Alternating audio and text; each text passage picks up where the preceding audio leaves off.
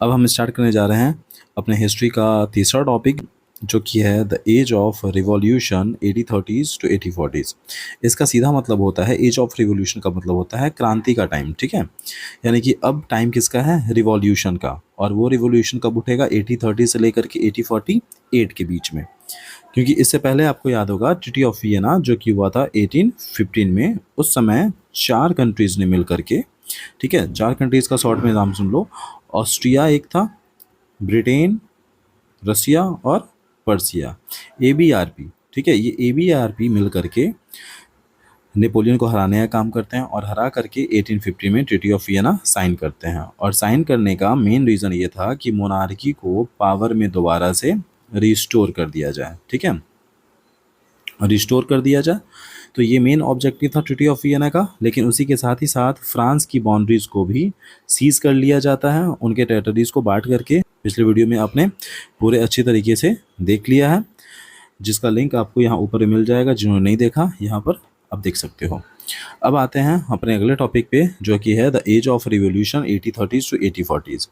अब यहाँ पर इस पैराग्राफ को समझते चलते हैं। इस पैराग्राफ में देखो कि जैसे जैसे कंजर्वेटिव थे ना, जो जैसे जैसे कंजर्वेटिव अपनी ताकतों को और मजबूत करते जा रहे थे, वैसे वैसे जो लिबरलिज्म था और नेशनलिज्म था, ठीक है, वो यूरोप के बाकी हिस्सों में, जैसे कि इटली में, जर्मनी के स्टेट्स में, ठीक है, ऑटोमन एम्पायर में, आयरलैंड में और पोलैंड में वो फैलता जा रहा था। तो एक तरफ कंजर्वेटिव अपने पावर को दोबारा से कंसोलिडेट कर रहे थे और भी स्ट्रॉन्ग कर रहे थे, है ना। वैसे वैसे लिबरलिज्म और नेशनलिज्म बाकी यूरोप में फैलना शुरू कर रहा था। अब बात यहाँ पर यह है कि इसमें कौन से लोग थे, ठीक है। तो यहाँ पर देखो, इसमें these revolution were led by the liberal nationalists belonging to the educated middle class elites. अब इसमें कौन थे? तो मिडिल क्लास एलिट, यानी कि मिडिल क्लास में भी जो उच्च स्तरीय थे, जो मिडिल क्लास में भी हाई मिडिल क्लास थे ना, वो थे, वो सारे थे। उनमें कौन कौन से लोग आते थे? प्रोफेसर्स आते थे, स्कूल टीचर्स आते थे, क्लर्क आते थे, members of commercial middle classes आते थे। अब ये सारे लोग मिल करके अगेन फ्रांस में रेवोल्यूशन 1830 और 1848 स्टार्ट करते हैं। समझ में आई? तो अब इसी को हम लोग और डिटेल से पढ़ेंगे कि क्यों और ये सब कैसे हो रहा था, ठीक है। तो उसमें सबसे पहला देखने के लिए मिलता है कि जो विद्रोह का सबसे पहला जो टाइम देखा जाता है, वो देखा जाता है फ्रांस में जुलाई 1830, है ना। अब इस वाले डेट को याद रखिएगा आप लोग, जुलाई 1830 को, क्योंकि ये सेकेंड फ्रेंच रिवॉल्यूशन भी कहलाता है, ठीक है। सेकेंड फ्रेंच रिवॉल्यूशन भी ये कहलाता है ना। 1830 यानी कि जुलाई 1830 is the second French revolution.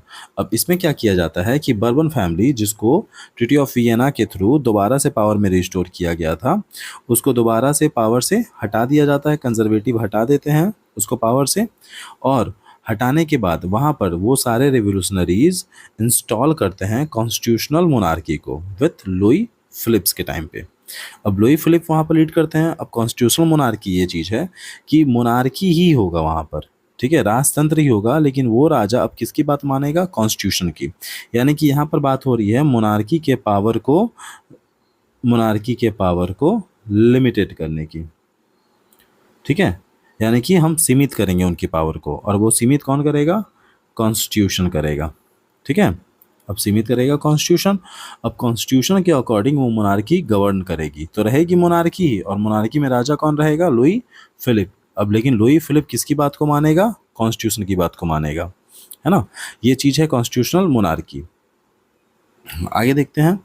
At that head when France sneezes, ठीक है, the rest of Europe catch cold. अब ये मैटरनिक ने ये बात बोला था। मैटरनिक याद है ना आपको, ट्रीटी ऑफ वियना को जिसने होस्ट किया था? तो ट्रीटी ऑफ वियना को होस्ट किया था ऑस्ट्रियन चांसलर ने, है ना, और उसका नाम था ड्यूक मैटरनिक। तो उसी मैटरनिक ने बोला था फ्रांस के बारे में कि जब फ्रांस छींकता है तो पूरे यूरोप को सर्दी जुकाम पकड़ लेता है, ठीक है, सर्दी जुकाम हो जाता है। इसका सीधा मतलब ये है कि अगर एक अपहेवल देखा जाएगा फ्रांस में, तो उसका जो इम्पैक्ट होगा वो पूरा का पूरा फ्रांस पे पड़ेगा। तो यही मतलब था ड्यूक मैटरनी का बोलने का, जो कि था व्हेन फ्रांस स्नीचेस, जब फ्रांस चीखता है तो पूरे के यूरोप को, बाकी पूरे बचे यूरोप को सर्दी जुकाम पकड़ लेता है। द जुलाई रेवोल्यूशन आ गया यहाँ पर। The July revolution sparked an uprising in Brussels which led to Belgium breaking away from United Kingdom of the Netherland. और फाइनली 1830 का जो रिवॉल्ट होता है उसमें एक अच्छी चीज़ ये होती है कि नीदरलैंड को तोड़ करके दो हिस्सों में कन्वर्ट कर दिया जाता है और बन जाता है बेल्जियम। आपको याद होगा पावर शेयरिंग वाला चैप्टर, है ना? अगर नहीं पढ़ा होगा तो पावर शेयरिंग वाला का भी लिंक यहाँ पर ऊपर में मैंने दे दिया है, उसको आप देख सकते हो। तो पावर शेयरिंग में आप जब बेल्जियम को पढ़ोगे तो बेल्जियम में आपको ये देखने के लिए मिलेगा कि बेल्जियम का जो इथनिक कॉम्पोजिशन था ना, ये 59% है ना, 40%, वो आया कहाँ से था? तो उसका रीज़न यही है कि ये जो नीदरलैंड थी, ठीक है, और नीदरलैंड को ही जुलाई रेवोल्यूशन में तोड़ करके, ठीक है, जो कि हुआ था 1830 में हुआ था जुलाई रेवोल्यूशन, और उसी का रिजल्ट ये हुआ कि नीदरलैंड दो हिस्सों में टूट जाता है और उसका एक हिस्सा बन जाता है बेल्जियम। आई होप यहाँ तक ये पूरा का पूरा पैरा क्लियर होगा बच्चों। आगे हम लोग सीधा आते हैं द इवेंट। अब यहाँ पर आ जाते हैं थोड़ा सा हम लोग ऑटोमन एम्पायर में, है ना, आ जाते हैं हम लोग सीधा ऑटोमन एम्पायर में। ऑटोमन एम्पायर में बात ये है कि यहाँ पर देखो ग्रीक वॉर ऑफ इंडिपेंडेंस हमने पढ़ना है, ग्रीक वॉर ऑफ इंडिपेंडेंस। तो ये हुआ कैसे था?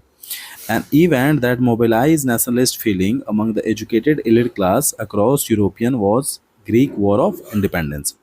Greek had been a part of Ottoman Empire, the 15th century. The growth of revolutionary nationalism in Europe spark of a struggle for independence among most Greek, which began in 1828. Nationalists in Greek got support from other Greek living in exile. अब सीधा मैं map पे आता हूँ, है ना। Map से आपको इसको समझाना काफ़ी आसान होगा। तो आपकी बुक में ही मैप एक दिया हुआ है एकदम चैप्टर के स्टार्टिंग में ही, देखो यहाँ पे। अब इस वाले मैप को देखो, यहाँ पर आपको दिख रहा होगा ग्रीक, ठीक है, ग्रीस, और ये जो हरा वाला पार्ट है ना वो है ऑटोमन एम्पायर। और ऑटोमन एम्पायर एक मुस्लिम स्टेट था, है ना, एक इस्लामिक स्टेट था। अब इस्लामिक का ही पार्ट क्या था? ग्रीस। साथ ही साथ जो ग्रीस है वो ऑटोमन एम्पायर का पार्ट था, और पार्ट होने की वजह से, ठीक है, उस पर भी मुस्लिम रूलर्स का शासन हुआ करता था, वो रूल करते थे मुस्लिम रूलर भी। लेकिन यहाँ पर मेजोरिटी जो थी वो क्रिश्चियन थी। अब वो ये चाहते थे कि ग्रीस के जितने भी क्रिश्चियंस थे वो चाहते थे कि हम ऑटोमन एम्पायर से अलग हो जाएं। तो उन्होंने 1821 में ही स्टार्ट किया था, ठीक है, उससे स्ट्रगल करना, और फाइनली लड़ते लड़ते 1832 के अराउंड में ग्रीक वॉर ऑफ इंडिपेंडेंस उन्हें मिलता है, और एक ट्रीटी साइन होती है। उस ट्रीटी का नाम होता है द ट्रीटी ऑफ कॉन्स्टेंटिनोपल, ठीक है। और उसके बाद ऑटोमन एम्पायर से ग्रीस को तोड़ करके एक नई इंडिपेंडेंट नेशन स्टेट बना दिया जाता है। अब इसका इम्पैक्ट पड़ता है यहाँ पर फ्रांस में, है ना। अब फ्रांस में इनका इम्पैक्ट पड़ता है, ये इसलिए पड़ता है क्योंकि 1832 में एक छोटा सा देश इतने बड़े ऑटोमन एम्पायर से टूट करके अलग होता है। देख रहे हो, इतने बड़े ऑटोमन एम्पायर से टूट करके वो अलग होता है, और जैसे ही वो अलग होता है तब फ्रांस को थोड़ी सी हिम्मत मिलती है कि जब ग्रीक इतना छोटा सा हो करके ऑटोमन एम्पायर से टूट के एक नया नेशन स्टेट बना सकता है तो ये काम फ्रांस क्यों नहीं कर सकता है। तो फ्रेंच रेवोल्यूशनरीज को यहाँ से सपोर्ट मिलता है और वो सारे के सारे इकट्ठा होते हैं, ठीक है। और फाइनली कॉन्स्टेंटिनोपल 1832 में साइन किया जाता है, और साइन करके ग्रीस को एक नेशन स्टेट बनाया जाता है ना। तो ये पूरा का पूरा आप समझ चुके हो पैराग्राफ। आई होप कि अब क्लियर होगा। देख लो एक बार, ये पूरा का पूरा पैरा आप समझ चुके हो। यहाँ पर है आपका ट्रीटी ऑफ कॉन्स्टेंटिनोपल, जिसको मैंने मैप में समझा दिया था आपको, है ना, और इसी को बोलते हैं ग्रीक वॉर ऑफ इंडिपेंडेंस। चलो आगे बढ़ते हैं। अब सीधा आते हैं, हाँ एक चीज़ बच्चों, यहाँ पर एक नंबर वाले क्वेश्चन बन सकते हैं। The English poet Lord Byron organise fund and later went to fight in the war where he died of fever in 1824।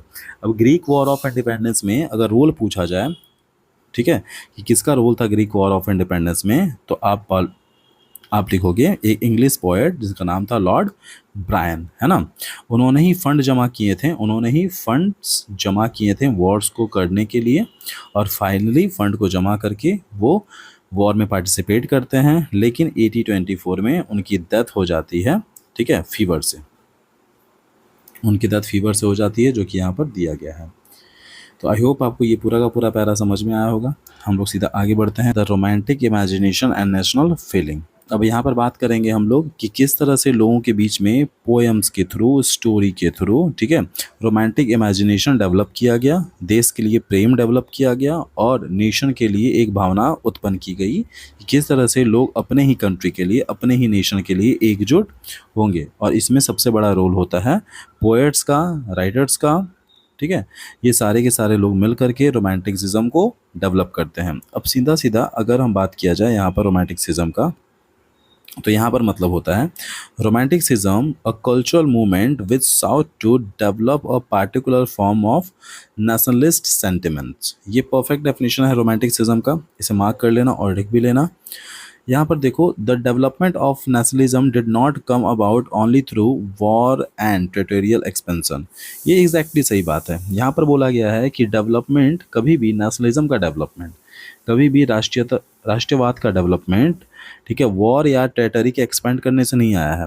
आप सोच के देखो, ये अगर यहाँ पर कुछ आर्मी यहाँ पर खड़ी है, ठीक है, कुछ लोग हैं यहाँ पर, ठीक है, ये एक साथ नेशन को बिल्ड करने का काम करते हैं, तो इनमें ये फीलिंग आई कहाँ से?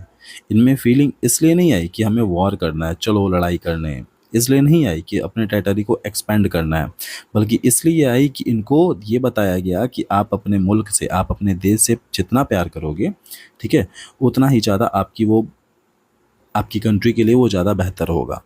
तो ये फीलिंग डेवलप की जाती है उसकी आर्मी में, उसके पीपल्स में, उनके सिटीजन्स में, ताकि वो सारे के सारे लोग मिल करके अपने नेशन को डेवलप करने का काम करें और साथ ही साथ नेशनलिज्म की फीलिंग को भी डेवलप करें। तो यहीं वो लाइन में ये बात बताई गई है। आगे देखते हैं, culture play an important role in creating the idea of the nation. अब ये इम्पॉर्टेंट है, यहाँ से सीधा क्वेश्चन बनेगा, इन्वर्टेड कॉमा में क्लोज करके ये लिखा जाएगा, cultural play an important role in creating the idea of a nation, justify the statement. अब इस वाले क्वेश्चन को लिख लो आप लोग, पॉज करके सीधे इन्वर्टेड कॉमा में क्लोज करो इस स्टेटमेंट को, ठीक है, क्योंकि सीबीएसई अक्सर ऐसे ही स्टेटमेंट्स पूछा करती है। वो क्लियर है कि किस तरह से कल्चरल प्ले, ठीक है, इंपॉर्टेंट रोल प्ले करती है क्रिएट करने में नेशनलिज्म के आइडिया को। Art and poetry, story and music help express the shape nationalist feeling.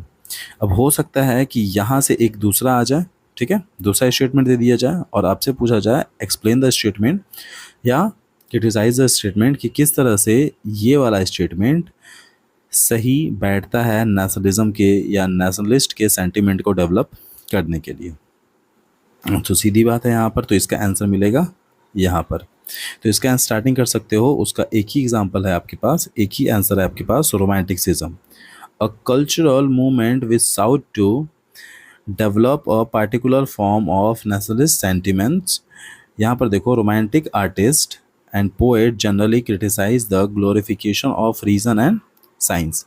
अब यहाँ पर बात की गई है कि जो भी साइंटिस्ट होते हैं, ठीक है, जो भी साइंटिस्ट होते हैं वो अक्सर अपने थ्योरीज़ को, अपने प्रैक्टिकल्स को इतना ग्लोरीफाई करते हैं कि जो भी हैं, साइंस की समझ हमें है, टेरिटरी के एक्सपेंड करने की समझ हमें है, वॉर की समझ हमें है, बट ये सारे के सारे पोएट्स जो हैं वो इनकी बातों को क्रिटिसाइज़ करते हैं, नामंजूर करते हैं, ये बोल करके कि साइंस ने कभी भी डेवलपमेंट नहीं किया, ठीक है, डेवलपमेंट हमने किया है, डेवलपमेंट हमने किया है कि हमने लोगों के बीच में, ठीक है, नेशनलिज्म की फीलिंग को बढ़ाया अपने पोएम के थ्रू, अपने स्टोरीज़ के थ्रू, है ना, ये बढ़ा करके हमने लोगों की मदद की और वो एक साथ आए और अपने नेशन को बनाने का काम उन्होंने किया है।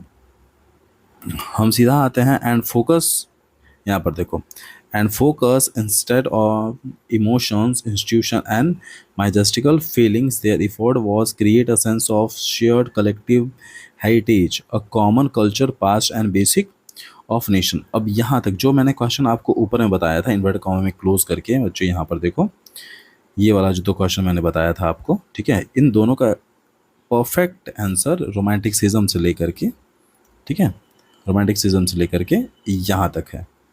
इसे आप आंसर में कोट कर सकते हो, परफेक्ट आंसर निकलेगा। अब सीधा, अब एमसीक्यू वाले क्वेश्चंस यहाँ से बनना शुरू होते हैं इस चैप्टर के, ठीक है, इस वाले टॉपिक के, जिसमें आपको याद रखने की ज़रूरत है कि यहाँ पर the claim that true German culture was to be discover among the common people दास वो, ठीक है। अब यहाँ पर ये बोला जाएगा एमसीक्यू क्वेश्चन में कि जर्मन के सेम कल्चर को फॉलो करने वाले, ठीक है, कॉमन पीपल्स को क्या बोला जाता था, तो वो होगा दास वर्क, ठीक है। अब वहाँ पर अगर फोक सॉन्ग की बात हो रही है, ठीक है, फोक पोएट्री की बात हो रही है, फोक डांस की बात हो रही है, और ये सारी चीज़ें लोगों में डेवलप की जाती हैं, ठीक है, फॉल की वजह से। अब यहाँ इसका मतलब ये हो जाता है स्थानीय, ठीक है, स्थानीय यानी कि मतलब है लोकल। अब अगर मान लेते हैं एग्जांपल के तौर पे कि अगर कोई लोकल प्लेस है, ठीक है, उस लोकल प्लेस पे लोगों को एग्जैक्टली बड़ी बड़ी लैंग्वेजेस आती नहीं है, ठीक है, ना ही तो लोगों को जर्मन आ रहा है, ना ही तो लोगों को फ्रेंच आ रहा है, वो वहाँ की स्थानीय भाषाएं बोलते हैं, लोकल लैंग्वेज बोलते हैं, और वो अधिकतर उसी लोकल लैंग्वेज के बेस पे कनेक्टेड फील करते हैं। जैसे कि फॉर एग्जांपल देखते हैं कि इंडिया को पहचाना जाता है हिंदी के लिए, यहाँ पर हिंदी बोली जाती है, लेकिन हिंदी में भी अलग अलग लैंग्वेजेस बोली जाती हैं, जैसे कि बंगाली हो गई, ठीक है, उड़िया हो गई। अब मान लेते हैं यहाँ पर अगर कोई आदमी बंगाल में जा रहा है तो उसे बंगाली की समझ होनी चाहिए, उसे बंगाली आनी चाहिए, ठीक है, ताकि वो वहाँ के लोगों से कम्युनिकेट कर पाए। वहाँ के लोग हिंदी भी बोलते हैं, लेकिन अधिकतर कंफर्टेबल होते हैं किस लैंग्वेज में, बंगाली लैंग्वेज में। तो यही होता है कि लोग अधिकतर फीलिंग को कनेक्टेड समझेंगे अपने रीजनल लैंग्वेज में, जो कि है फोक डांस, फॉल्क सॉन्ग, ठीक है, फॉल्क कल्चर। हाँ, तो वो कंफर्टेबल होते हैं अपने किस लैंग्वेज में, अपने लोकल लैंग्वेज में, है ना, ये कंडीशन। तो यहाँ से एमसीक्यू के क्वेश्चन बन सकते हैं। आप इस वाले पैरा को पढ़ लीजिएगा, कुछ खास नहीं है, यहाँ पर कुछ पोइट्स के नाम दिए हुए हैं, ठीक, कुछ पोइट्स के नाम दिए हुए हैं, आप उसको याद कर लीजिएगा। इस वाले पैराग्राफ को समझते हैं। इस वाले पैराग्राफ में दिया गया है कि language to played an important role in developing nationalist sentiments, ठीक है, जैसे मैंने बताया ना, ये स्टेटमेंट्स परफेक्ट है। तीसरा क्वेश्चन आपका यहाँ से बनता है कि how to language played an important role in developing nationalist sentiments, ठीक है, ये सीधा का सीधा स्टेटमेंट आएगा और आपसे पूछा जाएगा डिस्क्राइब करने के लिए कि कैसे जो लैंग्वेज है वो इम्पॉर्टेंट रोल प्ले करता है नेशनलिस्ट के सेंटिमेंट को डेवलप करने में। तो यहाँ पर आप एक एग्जाम्पल से समझा सकते हो। After Russian occupation the Polish language was forced out of school and Russian language was imposed everywhere in 1831।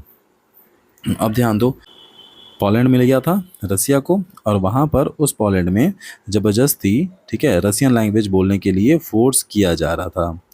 लेकिन पोलैंड के लोग बोलते क्या थे, कौन सी लैंग्वेज, वो बोलते थे पॉलिश, है ना। अब इस वाले पार्ट पर फोर्स किया जा रहा था, रसिया फोर्स कर रहा था कि लोग बोले पोलैंड, ठीक है, लोग पॉलिश लैंग्वेज छोड़ करके लोग रसियन लैंग्वेज बोलना शुरू करें। अब बात करते हैं 1858 में, 1855 में, 1815 में। तो इस टाइम पीरियड पर ट्रीटी ऑफ वियना में पोलैंड वाला पार्ट मिल जाता है रसिया को, पोलैंड वाला पार्ट मिल जाता है रसिया को, और रसिया यहाँ पर डोमिनेंस करना शुरू करती है।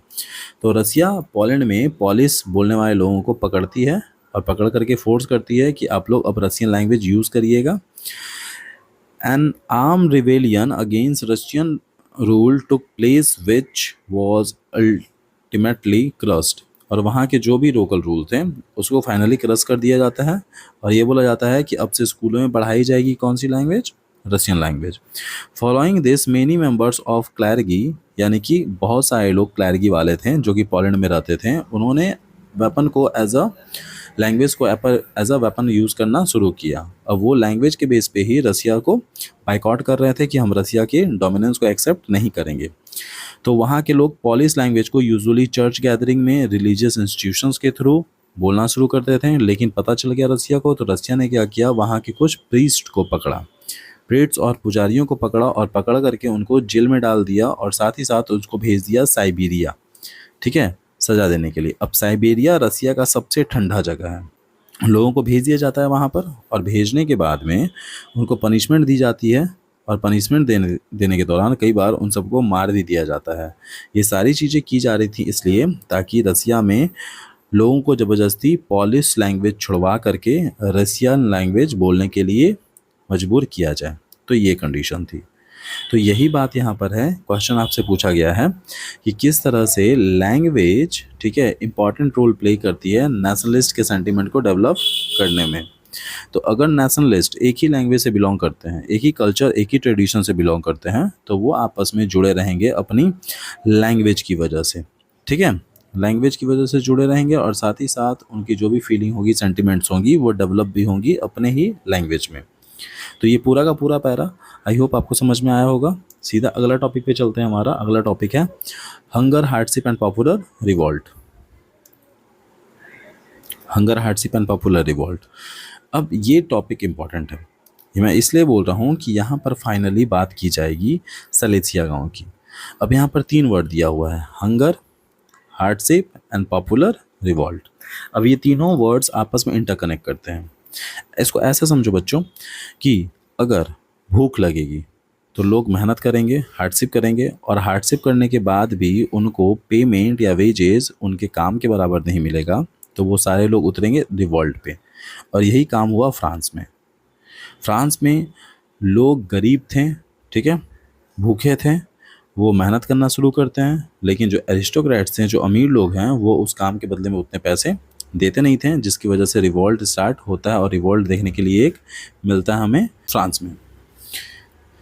यहाँ ध्यान दो, the 1830s were year of great economic hardship in Europe. The first half of the 19th century saw an enormous increase in population all over Europe. अब बात किया जा रहा है कि 19th सेंचुरी के अराउंड में, यहाँ पर देखो 19th सेंचुरी के अराउंड में क्या हो जाता है, 1850 के अराउंड में यूरोप में बहुत ही हार्डशिप का टाइम देखा जाता है, और वहाँ की जो पॉपुलेशन है वो बहुत ही ज़्यादा इंक्रीज़ होनी शुरू करती है, इंक्रीज़ होती है पॉपुलेशन में। In most countries there were more seeker of jobs than employment. अब मोस्ट ऑफ द कंट्रीज़ में, अधिकतर देशों में, जितने जॉब थे उससे ज़्यादा बेरोज़गार वहाँ पर बैठे हुए थे। तो मान लेते हैं फैक्ट्रीज़, और फैक्ट्रीज़ में जॉब है 1000 वर्कर्स की डिमांड है, लेकिन बेरोज़गार बैठे हुए हैं 5000। इसका मतलब क्या है कि जो 5000 बेरोज़गार बैठे हुए हैं वो लो वेजेस में भी काम करने के लिए तैयार होंगे। तो अगर किसी काम के लिए 10,000 दिया जा रहा है, तो गरीबी के कारण, मजबूरी के कारण वो बोलेंगे कि हम 8,000 में ही काम करने के लिए तैयार है। तो जाहिर सी बात है, मालिक किसको चूज़ करेगा, 8,000 वाले वर्कर्स को, क्योंकि 10,000 यहाँ पर ज़्यादा उसको लगेगा। तो यही बात हुई, जैसे ही पॉपुलेशन बढ़ा, वेजेस को घटाया गया, कम किया गया। अब population from rural area migrate to the cities to live in over crowded slum. अब गाँवों के लोग उठ उठ करके शहरों में आ रहे थे, क्योंकि शहरों में खुल रही थी फैक्ट्रीज़, और फैक्ट्री में काम करने के लिए चाहिए थे मजदूर। अब वो सारे उठ रहे थे और आ रहे थे शहरों में। स्मॉल प्रोड्यूसर्स, जो छोटे producer in town were often face with stiff competition from importers. अब यहाँ पर है जो छोटे छोटे जो वर्कर्स थे ना, छोटे छोटे जो बिजनेसमैन थे, ट्रेडर्स थे, अब उनको बाकी कंपटीशन का सामना करना पड़ा। रीज़न ये है क्योंकि फैक्ट्री में बनते थे प्रोडक्ट, अब उनको मिलने लगे लो लेबर्स, यानी कि कम पैसे में काम करने वाले लेबर्स। अब वो जो भी प्रोडक्ट बनाते थे उन प्रोडक्ट को और भी प्राइस कट करके बेचा जाता था। जैसे कि 100 रुपये की प्रोडक्ट को और भी सस्ता करके 90 रुपये में बेचा जाता था, क्योंकि अब उसमें लेबर को पैसे कम दिए जा रहे थे। तो प्राइस हो गई कम और कंपटीशन हो गई ज़्यादा। Cheap machine made goods from England were industrialisation was more advance than on the continent. अब बात की जा रही है इंग्लैंड की, तो इंग्लैंड का जो इंडस्ट्रियलाइजेशन था वो पूरे के पूरे कॉन्टिनेंट में सबसे बेहतर था और सबसे सस्ता भी था, क्योंकि इंग्लैंड के पास दम भर आ रहा था रॉ मटेरियल इंडिया से, और इंडिया से रॉ मटेरियल वो कन्वर्ट कर रहे थे प्रोडक्ट में, और सस्ते दामों पर वो उसे बाकी की यूरोप की कंट्री में बेच रहे थे। This was specially so in textile production, वही कॉटन जो वो इंडिया से मंगवाते थे और यूरोप में बेचते थे, which was carried out mainly in home or small workshop and was only partly mechanized। अब बात यहाँ पर हो रही है कि जो भी प्रोडक्ट वहाँ से आता था वो सारे के सारे सस्ते दामों में बेचे जाते थे, जिसमें से सबसे ज़्यादा बिकता था टेक्सटाइल प्रोडक्शंस में, कॉटन से बने हुए, सिल्क से बने हुए कपड़े, और उनको बेचा जाता था। इन दोज रीजन्स, यानी कि फ्रांस के उन रीजन्स में, Europe where aristocracy still enjoy power and peasants struggled under the burden of feudal due and obligation। तो सबसे ज़्यादा मज़ा ले रहे थे इसमें एरिस्टोक्रेसी। एरिस्टोक्रेसी उनको बोलते हैं जो सोसाइटी के सबसे अमीर और पावरफुल लोग होते हैं, और यही लोग फैक्ट्री खोल के वहाँ पर बैठे हुए थे। अब ये सारे लोग मज़े ले रहे थे, और फाइनली घाटा किसको हो रहा था, उन पीसेंट्स को हो रहा था। ठीक है, क्योंकि पेजेंट्स के ऊपर फ्यूडल ड्यूज डाला जा रहा था, ड्यूज बढ़ाए जा रहे थे, तो फाइनली यहाँ पर ये चीज़ खत्म होती है। आगे देखते हैं हम लोग इन 1848। अब यहाँ से मेन स्टार्ट होता है story. The year 1848 was one such year. Food shortage and widespread unemployment brought to population और Paris out of the road. अब यहाँ की गरीबी और यहाँ की बेरोजगारी ने लोगों को सड़कों पे उतरने से मजबूर कर दिया था। अब लोग पेरिस के रोड पर उतर गए थे, ठीक है, रिवॉल्ट करने के लिए, और वो परेशान थे फूड के बढ़ते हुए प्राइजेस से और फूड के शॉर्टेज से फ्रांस में। अब उन्होंने क्या किया कि बैरिकेड्स जो दिए हुए थे ना सड़कों पे पार्टीशन के लिए बनाए जाते हैं, उन बैरिकेड्स को लोगों ने हटाया और लुई फिलिप को फोर्स किया, अब आप गद्दी को छोड़ दीजिए। और finally a national assembly proclaimed a republic. और फाइनली 1848 में यहाँ पर देखो, फाइनली 1848 में लुई फिलिप को ये बोला जाता है कि आप गद्दी से हट जाइए, क्योंकि आपकी वजह से बहुत सारे प्राइजेस बढ़ा दिए गए हैं। आपको याद होगा कौन सी मोनार्की को रूल कर रहा था, तो वो कर रहा था कॉन्स्टिट्यूशनल मोनार्की को रूल। अब वो कॉन्स्टिट्यूशनल मोनार्की को रूल कर रहा था, तो वो चल रहा था कॉन्स्टिट्यूशन के अकॉर्डिंग, और कॉन्स्टिट्यूशन बना के उसे दे रही थी फ्रांस की पार्लियामेंट। तो अब लोग परेशान हो गए थे लुई फिलिप से, लुई फिलिप को हटाया जाता है और फाइनली ये बोला जाता है कि गारंटी दिया जाता है सफरेज का, यानी कि राइट टू वोट का सबको, जो कि मेल थे 21 ईयर एज के, साथ ही साथ मेल सफरेज याद रखना बच्चों। एंड गारंटी दी जाती है राइट टू वर्क की, कि सारे लोगों को काम मिल जाएगा, और साथ ही साथ national workshop to provide employment were set up, और साथ ही साथ गवर्नमेंट फैक्ट्रीज खोली जाती हैं, गवर्नमेंट वर्कशॉप खोली जाती है और वर्कशॉप में काम दिया जाता है उन लेबर्स को। ठीक है, तो यहाँ पर 3 काम किया गया। सबसे पहला काम किया गया, नेशनल असेंबली ने प्रोक्लेम किया और सबको सफरेज प्रोवाइड किया। जो भी मेल था, एडल्ट मेल था 21 ईयर्स का, उसको मिलता है राइट टू वोट। दूसरा चीज़ राइट टू वर्क मिला उनको, और तीसरा चीज़ नेशनल वर्कशॉप सेटअप किए गए और लोगों को एम्प्लॉयमेंट दी गई, यानी कि गवर्नमेंट कंपनी खोली गई और लोगों को रोज़गार प्रोवाइड करवाया गया। बट फ्रांस से बहुत दूर एक गांव था सलिसिया, और वहाँ पर रहते थे ऑलमोस्ट 18,000 कॉटन वेबर्स। अब कॉटन वेबिंग्स, कॉटन से कपड़े बनाने के प्रोसेस को बोला जाता है। तो वहाँ पर क्या कंडीशन था ना, कि उस सलेशिया गांव में कुछ कंडीशन इस प्रकार थी कि 18,000 कॉटन वेबर्स वहाँ पर रहते हैं, कॉटन वेबिंग करते हैं। मोस्ट वाइड स्प्रेड ऑक्यूपेशन, उस गांव का सबसे बड़ा काम ये था कि लोग कॉटन वेबिंग करते थे। The misery of the workers extreme, लोगों का जो दुख था, जो कष्ट था, मिजरी का मतलब होता है दुख और कष्ट, जो दुख और कष्ट था वो बहुत ही हाई था। The desperate need for job has been taken advantage of contractor to reduce price of good and they order। अब उन्होंने क्या किया कि जो भी काम वहाँ के कॉन्ट्रैक्टर्स वहाँ के लोगों को देते थे, ठीक है, वो काम को कर दिया डबल, ठीक है, और वेजेस को कर दिया और भी कम। जैसे कि फॉर एग्जांपल वो कॉन्ट्रैक्टर उनको दे देते हैं 5 kg कॉटन, बोलते थे एक दिन में उसे कॉटन वेविंग करके दो मुझे, और इसके बदले में वो उन्हें दे देते 500 रुपये। एग्जाम्पल है, समझ लो इसको, एग्जाम्पल की हेल्प से समझा रहा हूँ।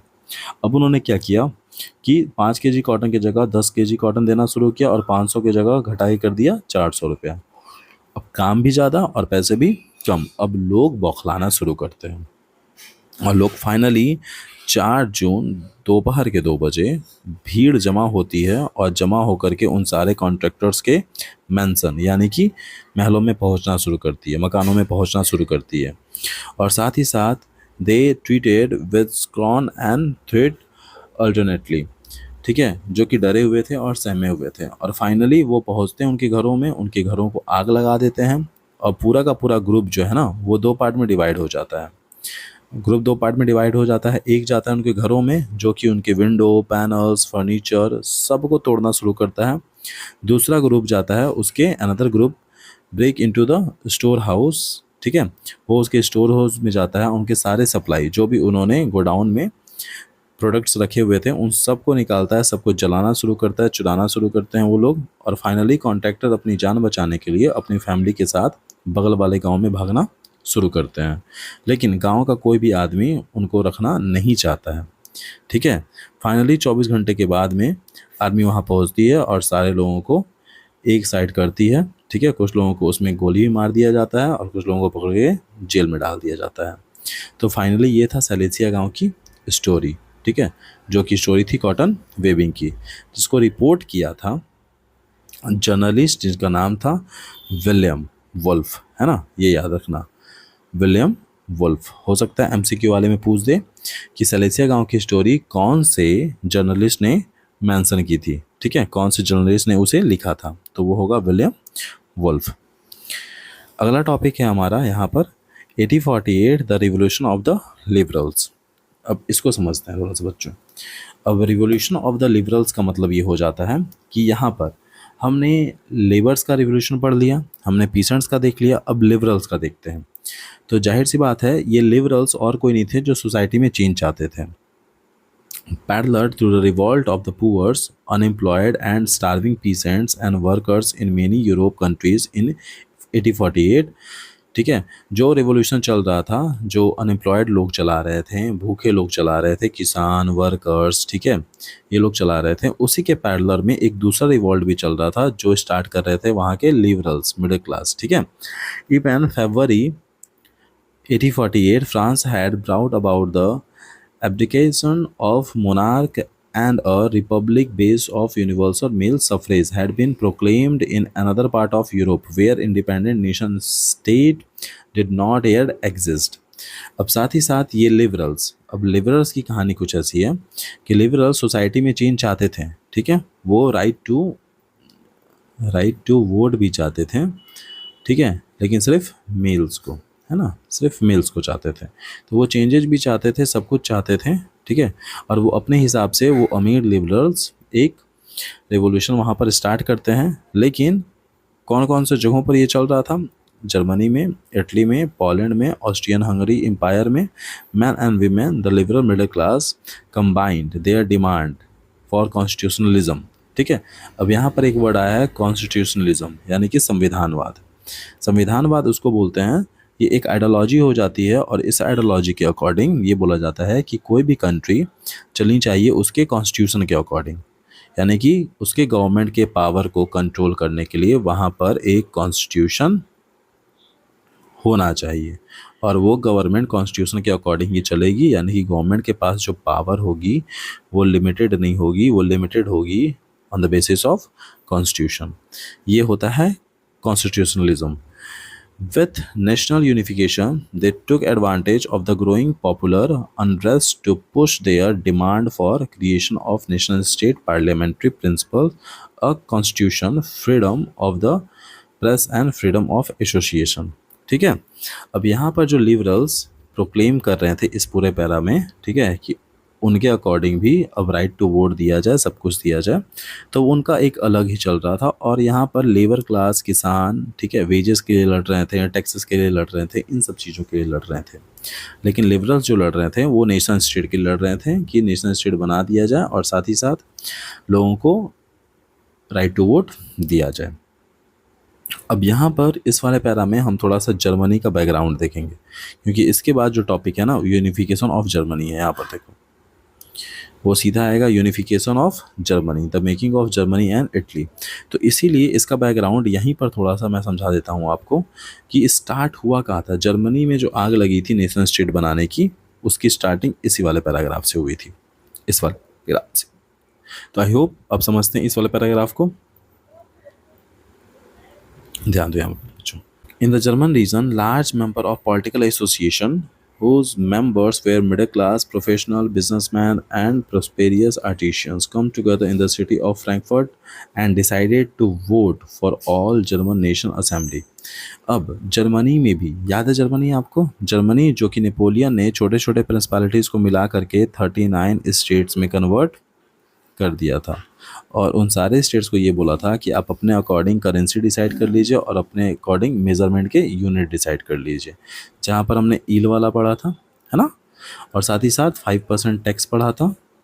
क्लियर है? तो वहीं के लोग अब मिल करके ये बोलते हैं, सारे middle class professionals and businessman मिलते हैं और मिल करके बोलते हैं कि हम लोग मिल करके फ्रैंकफर्ट, ठीक है, शहर में ये डिसाइड करते हैं कि सारे लोग वोट करके अपने अपने नेशनल असेंबली के लिए मेंबर्स को चूज़ कर लेते हैं। तो फाइनली 18 में 1848 831 इलेक्टेड रिप्रेजेंटेटिव मार्च करके, ठीक है, आते हैं फ्रैंकफर्ट पार्लियामेंट में, ठीक है। और साथ ही साथ वो चर्च ऑफ सेंट पॉल में बैठते हैं और ये बोलते हैं कि हम बनाएंगे अपने लिए एक कॉन्स्टिट्यूशन, ठीक है, और साथ ही साथ बनाएंगे अपने लिए एक डेमोक्रेसी। लेकिन डेमोक्रेसी बनाया जाएगा तो साथ ही साथ उन्हें चाहिए एक मोनार्की का सपोर्ट, एक स्ट्रॉन्ग रूलर का सपोर्ट, ठीक है, एक राजा का सपोर्ट चाहिए। तो वो अपने लिए राजा चूज़ करना चाहते हैं पर्सिया के राजा को, है ना, वो चूज़ करना चाहते हैं अपने लिए पर्सिया के राजा को, क्योंकि इससे पहले जो हमने देखा था जुल्वेरियन, याद होगा, वो पर्सिया के इनिशिएटिव से भी स्टार्ट हुआ था। तो पर्सिया शुरू से ही जर्मनी की मदद करता रहा है, तो इसीलिए जर्मन्स को लगता है कि हम पर्सिया के राजा को चुन लेते हैं और उन्हीं के अकॉर्डिंग अपना रूल चलाया जाएगा। तो वो लोग पर्सिया के किंग को ये इनवाइट करते हैं कि हमारे जर्मन स्टेट का आप राजा बन जाइए, लेकिन पर्सिया के जो राजा होते हैं वो रिजेक्ट कर देते हैं कि हम नहीं बनेंगे, और जा कर के मोनार्कल फोर्सेस के साथ हाथ मिला लेते हैं और मिला करके उन सारे असेंबली को फिर से, उन सारे इलेक्टेड रिप्रेजेंटेटिव को फिर से पकड़ा जाता है, मारा जाता है, ठीक है। और वहाँ पर दोबारा से उन सारे लोगों को सप्रेस करके वहाँ पे मोनार्की इस्टेब्लिश कर दी जाती है और अगेन एरिस्टोक्रेसी एंड मिलिट्री वहाँ पर पावरफुल हो जाती है ना। The social basis of parliament eroded. The parliament was dominated by middle class whose resistance the demand of workers and artisans consequently lost their support। और फाइनली वहाँ का जो भी रूलर था, ठीक है, वहाँ के जो भी 39 स्टेट्स के जितने भी लिबरल्स थे, रिवोल्यूशनरी थे, और फाइनली धीरे धीरे करके उनका जितना भी जोश होता है वो सब ठंडा हो जाता है और रिवोल्यूशन धीरे धीरे ठंडा पड़ना शुरू हो जाता है। और फाइनली 1848 में जो रिवॉल्यूशन जर्मनी स्टेट को बनाने के लिए हुई थी, ठीक है, वो धीरे धीरे ठंडा होकर के फाइनली ख़त्म हो जाता है। तो यहाँ तक आप समझ चुके हो बहुत बढ़िया से, ठीक है। अब सीधा यहाँ पर ये देखो, The issue of extending political rights to women was controversial one within the liberal movement, in which large number of women had participated actively over the year। इस मूवमेंट में वुमेंस ने भी पार्टिसिपेट किया था। तो वुमेंस की demand ये थी कि जब 1848 में रिवॉल्ट हुआ था तो उस समय पर, ध्यान दो यहाँ पर, जो 1830 में जो रिवॉल्ट हुआ था उसमें 21 ईयर के सारे मेल को राइट टू वोट प्रोवाइड कर दिया गया था, लेकिन वुमेंस को नहीं दिया गया था। तो वुमेंस इस प्रोटेस्ट में लगी हुई थी और वो चाहती थी कि उनको भी राइट टू वोट मिले। पॉलिटिकली एसोसिएशन, ठीक है, बनाया जाए और साथ ही साथ फाउंड न्यूज़पेपर, ठीक है।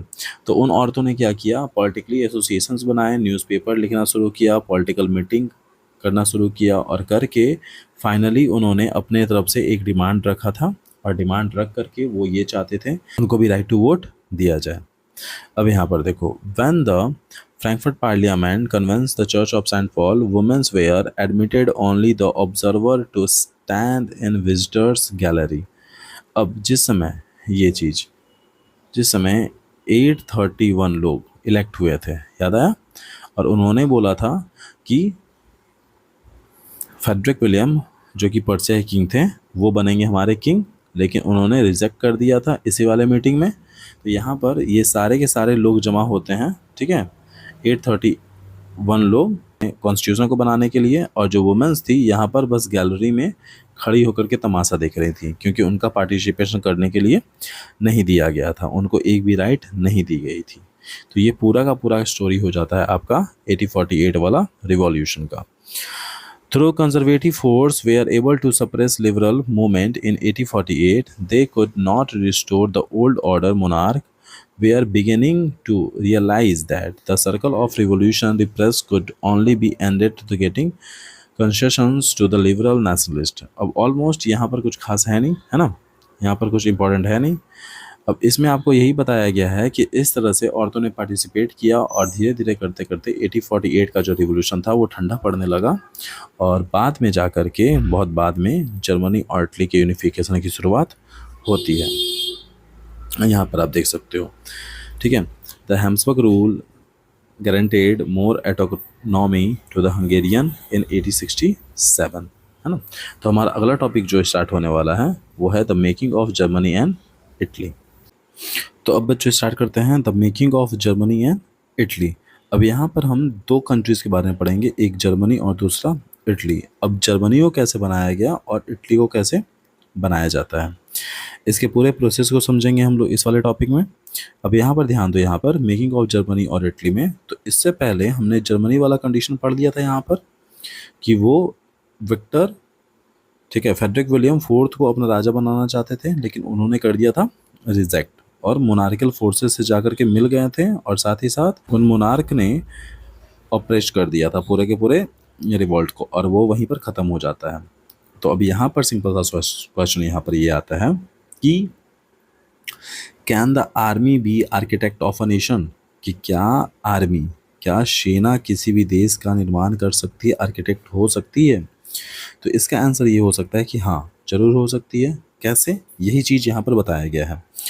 After 1848 nationalism in Europe moved away from its association with democracy and revolution. अब क्या होता है 1848 के बाद में यूरोप से जो एसोसिएशंस थे डेमोक्रेसी और रिवोल्यूशन वाले वो सारे हट जाते हैं। Nationalist sentiment were often mobilise by conservative for promoting state power and achieving political domination over Europe. और वो सारे के सारे कंजर्वेटिव मिल करके, ठीक है, नेशनलिस्ट के सेंटिमेंट्स को और साथ ही साथ उनके फीलिंग्स को दबा दिया जाता है, मार दिया जाता है। पर यहाँ पर धीरे धीरे एक रिवोल्यूशन और खड़ा हो रहा था। This can be observe in the process by the Germany and Italy come to be unified as nation state. अब ये धीरे धीरे जर्मनी और इटली धीरे धीरे बढ़ते हैं अपने आप को नेशन स्टेट बनाने के लिए। As you have seen nationalist feeling were wide spread among middle class Germans who in 1848 tried to unite the different region of German Confederation into a nation state। अब आपने देख चुका है पहले, आप देख चुके हो पहले ही 1848 में वो सारे के सारे लोग एक बार फिर से ट्राई करते हैं, ठीक है, ट्राई करते हैं क्या करने के लिए, जर्मनी को एक नेशन स्टेट बनाने के लिए। अब वो नेशन स्टेट बनाने की जो डिमांड थी वो उठी थी 1848 में ही, लेकिन वहाँ पर फेडरिक विलियम की सपोर्ट ना मिलने की वजह से वो वहाँ पर सप्रेस कर दिया जाता है। लेकिन अब बात हो रही है 1871 आसपास की, ठीक है। अब इस समय अगेन फिर से रिवॉल्यूशन एक खड़ा होता है और इस समय वही लोग पार्टिसिपेट करते हैं जो कि उसमें पार्टिसिपेट करते थे, मिडिल क्लास जर्मन्स पार्टिसिपेट करते हैं, ठीक है। और वो सारे लोग मिल करके जर्मनी को, कन्फेडरेशन को एक नेशन स्टेट बनाने की डिमांड रखते हैं। अब यहाँ पर देखो, govern by an elected parliament, this liberal initiative of nation building was however repressed by combined forces of monarchy and the military। अब अगेन जब वो दोबारा से यहाँ पर प्रोटेस्ट करना शुरू करते हैं, स्ट्राइक करना शुरू करते हैं, तो दोबारा से इन सबों को रिप्रेस कर दिया जाता है, दबा दिया जाता है, बैठा दिया जाता है। किसके थ्रू, मोनार्कियल के थ्रू, यानी कि मोनार्की के थ्रू और मिलिट्री के थ्रू। और इन सबों का सपोर्ट कौन कर रहे थे, लार्ज लैंड ओनर्स, जिसे बोला जाता था जंकर्स और पर्सिया, है ना। तो पर्सिया के बड़े बड़े लैंड ओनर्स का सपोर्ट मिल रहा था और फाइनली इसे सप्रेस कर दिया गया। From then Prussia took on the leadership of the movement for national unification. और फाइनली पर्सिया मदद करना शुरू करता है, किसका, अब जर्मनी का। अब जर्मनी का मदद करता है तो मदद के लिए वो वहाँ के लिए एक चीफ मिनिस्टर अपॉइंट करता है और चीफ मिनिस्टर का नाम होता है ऑटोमन बिस्मार्क, ठीक है। अब ऑटोमन बिस्मार्क क्या करते हैं कि वो जर्मनी आते हैं और जर्मनी आकर के उसके जो छोटे छोटे कन्फेडरेशन होते हैं ना, छोटे छोटे स्टेट्स होते हैं, उन सारे स्टेट्स को वो एकजुट करते हैं, यूनाइटेड करते हैं और यूनाइटेड करके वो अब स्टार्ट करते हैं एक वॉर। तो सारे लोगों को जमा करते हैं और पर्सिया की आर्मी की हेल्प से वो वहाँ पर स्टार्ट करते हैं एक वॉर। अब ऑटोमन बिस्मार्क को ही जिम्मेदारी दी जाती है जर्मनी को एक नेशन स्टेट बनाने की, तो वो वहाँ की पर्शियन आर्मी की मदद लेते हैं और साथ ही साथ उसके ब्यूरोक्रेसी की मदद लेते हैं। ब्यूरोक्रेसी का मतलब हो जाता है बच्चों राजनेता, ठीक है, या फिर तो राजनेता या तो नौकरशाह। अब जो लोग पर्सिया को चलाने का, उसके एडमिनिस्ट्रेशन संभालने का काम करते थे, उन्हीं लोगों की मदद से अब वो जर्मनी को बनाने का काम करते हैं। तो आर्मी को इन्वॉल्व कर लेते हैं और उसके एडमिनिस्ट्रेशन को संभालने के लिए बिल्कुल पर्सिया के लोगों की मदद ले लेते हैं। अब साथ ही साथ वो पूरे 7 सालों में 3 लड़ाई लड़ते हैं, ठीक है, बिटवीन 7 years, ठीक है। He fought 3 wars with Austria, Denmark and France. अब इन तीनों के साथ वो 7 साल में 3 लड़ाई लड़ते हैं। अब थोड़ा सा इसको समझाने के लिए मैं अगेन उस मैप पे चलता हूँ जो मैप स्टार्टिंग में दिया हुआ है ना। हाँ, तो फाइनली हमने ये पढ़ा था कि 7 ईयर में, 7 सालों में, ठीक है, पर्सिया 3 वॉर करता है और वो तीनों वॉर करता है जर्मन स्टेट को बनाने के लिए। तो यहाँ पर देखो, ये है जर्मन स्टेट, दिख रहा है आपको, ये वाला है जर्मन स्टेट। अब इस जर्मन स्टेट के कुछ कुछ पार्ट जो थे वो डेनमार्क हथिया के रखा था, कुछ फ्रांस के पास था और कुछ ऑस्ट्रिया के पास था। अब जब बात हो रही है जर्मनी को बनाने की, तो आपको ऑस्ट्रिया जिस पार्ट को लेकर के बैठा है, कुछ पार्ट को फ्रांस लेकर के बैठा है, कुछ पार्ट को डेनमार्क लेके बैठा है, तो आपको इन तीनों से वॉर करके इनसे इनकी जगहें छीननी पड़ेगी और फाइनली 7 सालों में 3 लड़ाइयाँ लड़ी जाती हैं, और वो भी उन्हीं कंट्री के साथ में जो इनकी ज़मीनें को हथिया करके बैठा हुआ था, डेनमार्क, फ्रांस और ऑस्ट्रियन एम्पायर। अब जा कर के फाइनली वॉर होती है और वॉर के बाद में जनवरी 1871 में, ठीक है, जर्मनी को यूनाइटेड करके, ये जर्मनी का यूनिफिकेशन करके एक नया कंट्री, एक नया नेशन स्टेट डिक्लेयर कर दिया जाता है। तो फाइनली यहाँ तक यूनिफिकेशन ऑफ जर्मनी ख़त्म होती है आपकी। अब आते हैं उसके रिजल्ट्स पे, देखा जाए क्या क्या चीज़ें हो रही थी। देखो यहाँ पर, तो फाइनली वॉर होती है और वॉर के बाद में with Austria, Denmark and France के साथ वॉर होता है और पर्सिया जीत जाता है। और जीतने के बाद वो प्रोक्लेम करता है, ठीक है, कि पर्शियन किंग यानी कि विलियम फर्स्ट जर्मनी के किंग बनेंगे। और फाइनली एक सेरेमनी अरेंज की जाती है वर्साइल में, जो कि वर्साइल होती है कहाँ पर, पर्सिया में, है ना। अब वर्साइल में एक ऑर्गेनाइज किया जाता है हॉल ऑफ मिरर में, ठीक है। तो यहाँ पर देखो, ये हॉल ऑफ मिरर है आपका, ये देखो, ये हॉल ऑफ मिरर है आपका। इसको हॉल ऑफ मिरर इसलिए बोलते हैं क्योंकि ये पूरा का पूरा शीशे का बना हुआ था।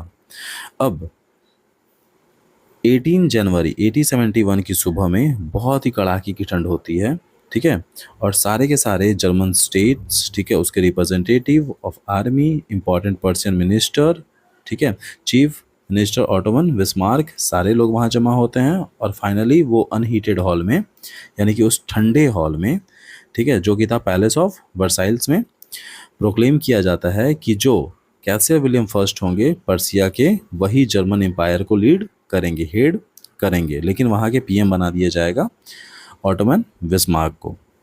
अब बात ये आती है कि जर्मनी का जो फॉर्मेशन किया गया था वो पूरे यूरोप को ये दिखाने के लिए किया गया था कि जर्मनी पर्सिया ने बनाया है, और Germany the new state place a strong emphasise on modernising the currency. वो एक करेंसी पे चलने वाला देश होगा, उसकी बैंकिंग सिस्टम बहुत बढ़िया होगी, legal and judicial system Germany की पूरे यूरोप में और कहीं नहीं होगी, वैसी सिस्टम वो वहाँ पर बिल्ड करेंगे और जर्मनी को एक एग्जाम्पल सेट करेंगे पूरे के पूरे यूरोप के लिए कि उससे बेहतर नेशन बिल्डिंग और कुछ नहीं हो सकता है।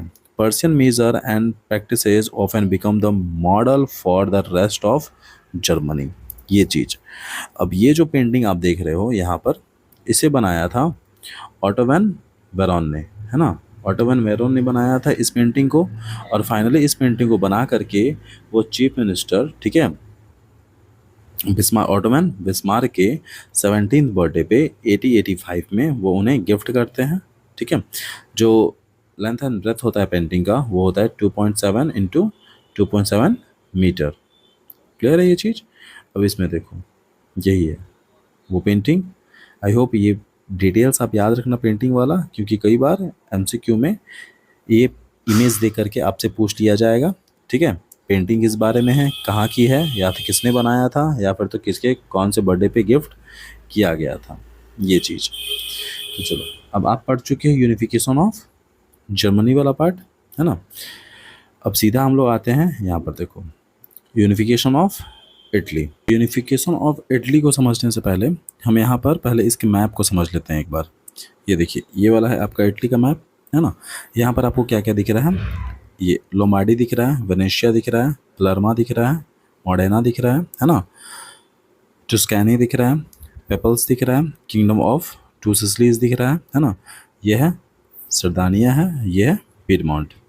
तो यहाँ पर ये बात है, ये बताई जा रही है आपको इस पूरे के पूरे पैराग्राफ में कि यहाँ पर जो इटली है ना, उस इटली पे टोटल 4 फैमिलीज़ का रूल था।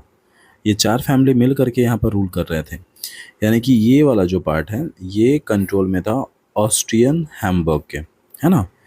ये वाला जो पार्ट है पेपल्स वाला, ये वाला पार्ट कंट्रोल में था चर्च के, ठीक है, जिसको पोप बोलते थे। ये वाला किंगडम ऑफ टू सिसिलीज वाला पार्ट था, ठीक है, बर्बन फैमिली ऑफ स्पेन के पास में। और ये दोनों सरदानिया और पीडमोंट वाला पार्ट था इटालियन प्रिंसली हाउस पर। तो यहाँ पर इस पूरे एरिया को 4 फैमिलीज मिलके रूल कर रहे थे, Austrian Hamburg, church, bourbon family of Spain, ठीक है, और यहाँ पर इटालियन प्रिंसली हाउसेस। और ये चारों मिल करके यहाँ पर कंट्रोल कर रहे थे। अब देखते हैं इसमें, like Germany, Italy to had a long history of political fragmentation. Italian were scattered over several dynasty state as well as the multi-nation Habsburg Empire. यानी कि देखा जाए तो जर्मनी की तरह भी इटली का भी बहुत ही ज़्यादा पॉलिटिकल और हिस्टोरिकल फ्रेगमेंटेशन था, यानी कि वो अलग अलग स्टेट्स में बटा हुआ था। During the middle of the 19th century, Italy was divided into 7 states, of which one was Sardinia Piedmont, एक था सरदानिया piedmont, was ruled by Italian princely house, जो कि मैंने बताया आपको। The north was under Austrian Hamburg, central वाला part pope के अंदर में था, यानी कि चर्च के अंदर में था, एंड द डोमिनेंस था किसका, चर्च का, और बर्बन फैमिली ऑफ स्पेन। और उसी के साथ में जो साउदर्न रीजन था वो अंडर था किसके, बर्बन फैमिली ऑफ स्पेन की। Even the Italian language had not acquired one common form and still had many religion and local variation। और यहाँ पर जो इटालियन हाउसेस थे ना, और यहाँ पर अधिकतर लोग वहाँ पर इटालियन लैंग्वेजेस नहीं बोलते थे, वहाँ के रीजनल लैंग्वेजेस बोली जाती थी और काफ़ी लैंग्वेज वैरायटी थी। बट बात करते हैं during 1830s, Giuseppe Mazzini has sought to put together, ठीक है,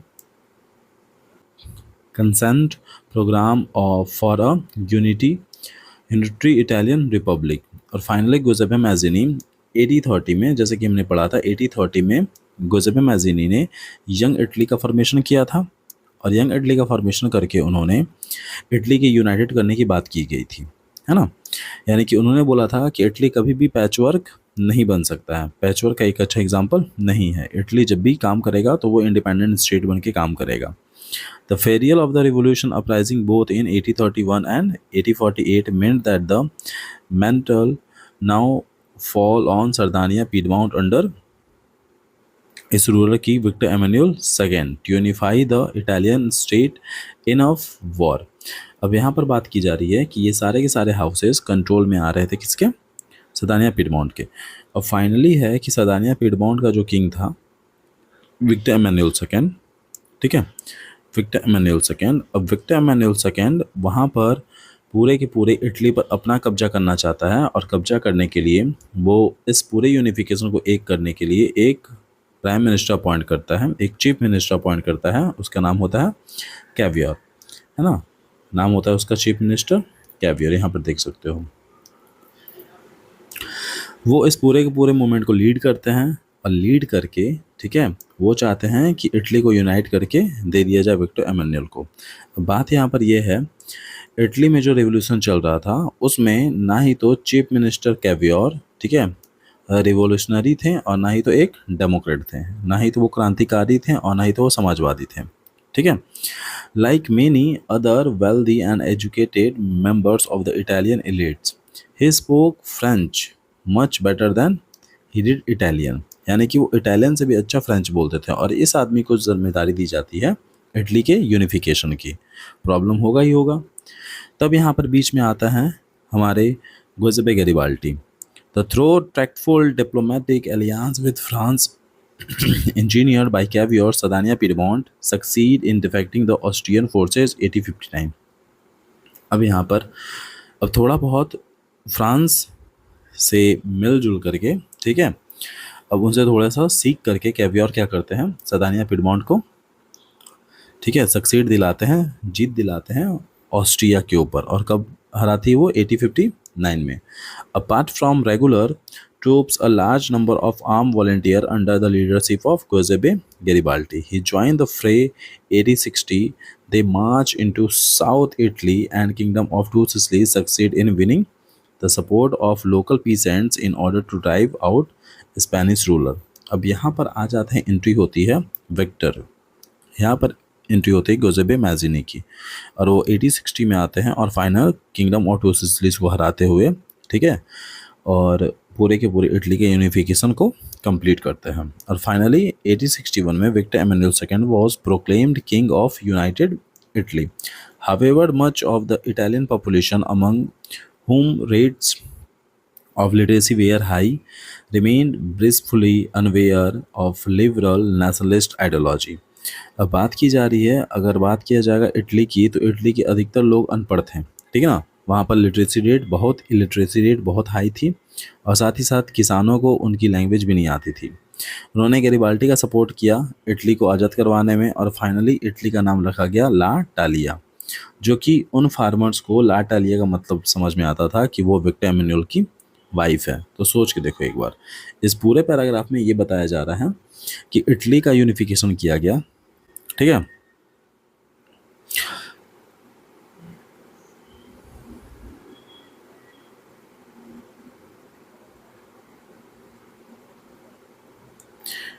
इटली का यूनिफिकेशन किया गया, ठीक है, और इटालियन लैंग्वेज के बेसिस पे, लेकिन वहाँ के पीसेंट्स को ही इटालियन लैंग्वेज आती नहीं थी। अब थोड़ा सा गुइसेपे गैरिबाल्डी को समझते हैं, वो कौन आदमी थे, यहाँ पर देखो।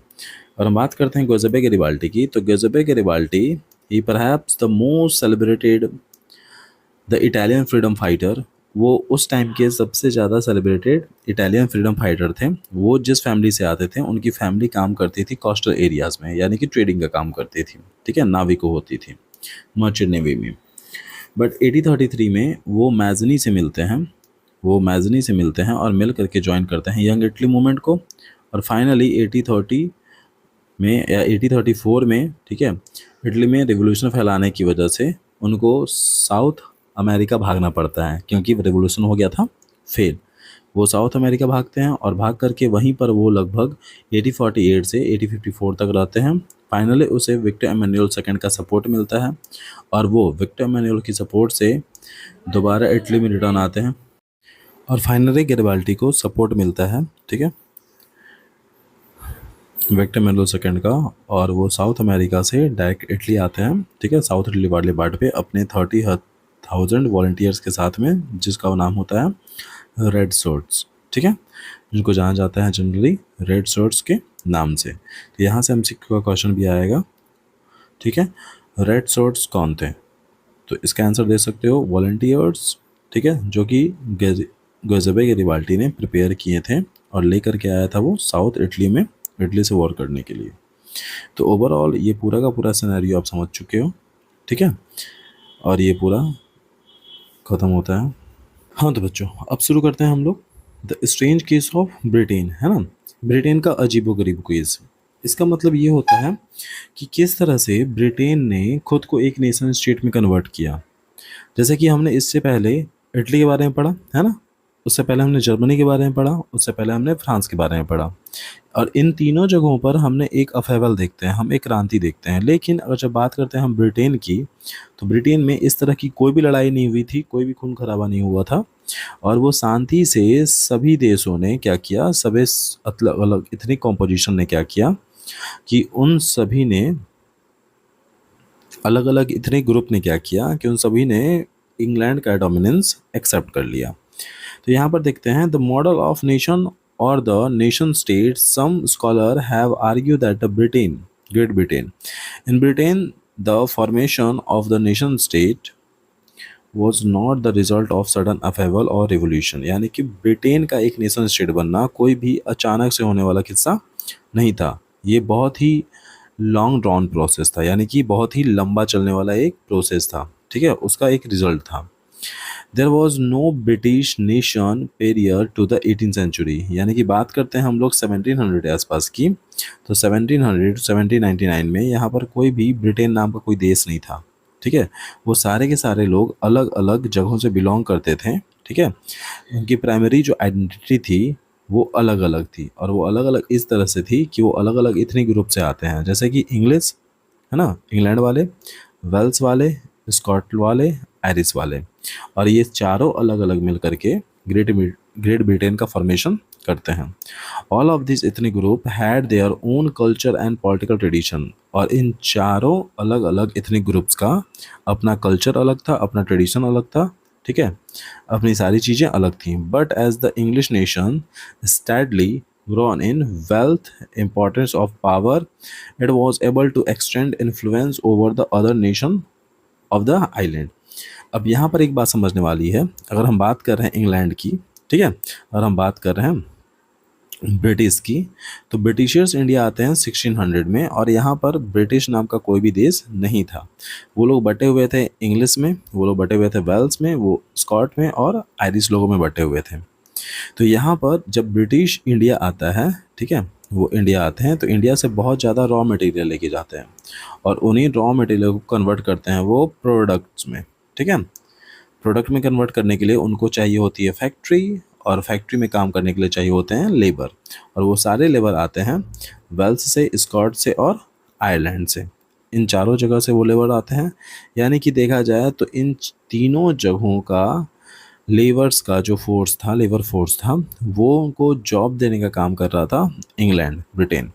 तो धीरे धीरे क्या किया, उन लोगों ने इंग्लैंड का डोमिनेंस एक्सेप्ट कर लिया कि इंग्लैंड में बहुत ज़्यादा जॉब है और वही हम सब की देखभाल कर रहा है, मतलब हम सबको जॉब देने का काम कर रहा है, तो क्यों ना उसका डोमिनेंस एक्सेप्ट कर लिया जाए।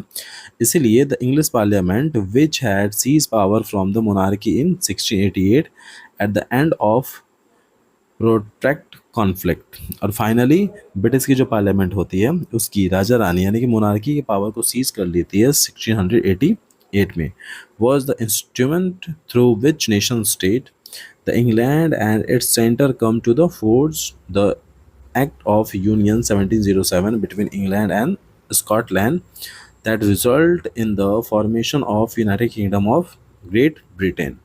और फाइनली ब्रिटेन के मोनार्की के पावर को सीज कर लिया जाता है 1688 में, और तब जा कर के वहाँ की पार्लियामेंट ये डिसाइड करती है कि क्यों ना अब ब्रिटेन को बनाया जाए एक नेशन स्टेट, और फाइनली वो एक्ट ऑफ यूनियन लेके आते हैं 1707 में, और बिटवीन इंग्लैंड और स्कॉटलैंड के बीच में एक फॉर्मेशन होता है, ठीक है, यानी कि इंग्लैंड और स्कॉटलैंड को जोड़ करके एक कंट्री बनाया जाता है, नेशनल स्टेट बनाया जाता है, जिसका नाम दिया जाता है United Kingdom of great Britain, है ना।